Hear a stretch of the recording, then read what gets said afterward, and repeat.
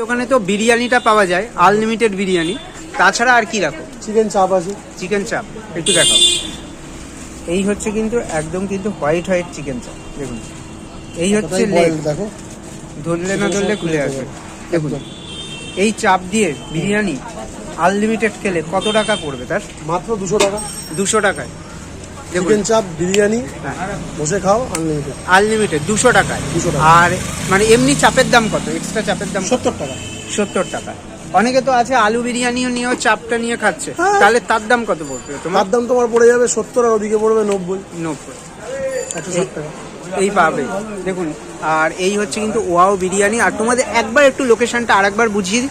এই হচ্ছে কিন্তু মধ্যমগ্রামের 3 নম্বর প্ল্যাটফর্ম। 3 নম্বর প্ল্যাটফর্ম থেকে একদম বাইরে বেরিয়ে আসলে বড় ঠাকুরের মন্দিরের একদম পাশেই কিন্তু হচ্ছে এই ওয়াও বিরিয়ানি। মোটামুটি 12টা সাড়ে 12টার থেকে বিরিয়ানি পাওয়া যায় বলা যাবে, তাই তো?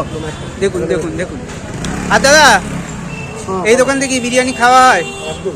কেমন লাগে তোমার? আমি মধ্যমগ্রামে যতগুলো দোকান আছে সবার থেকে কম বেশি খেয়েছি, কিন্তু ও আসার পর থেকে আর কোনো দোকানে যাওয়া হয় না।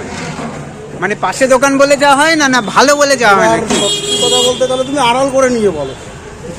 আড়ালি করা, আড়ালি সামনে করা। দাঁড়িয়ে বললে কি বিষয়টা অন্যরকম থাকে না, আড়াল করে বলো ওর থেকে ভালো বিরিয়ানি মধ্যমগ্রামে নেই যায়।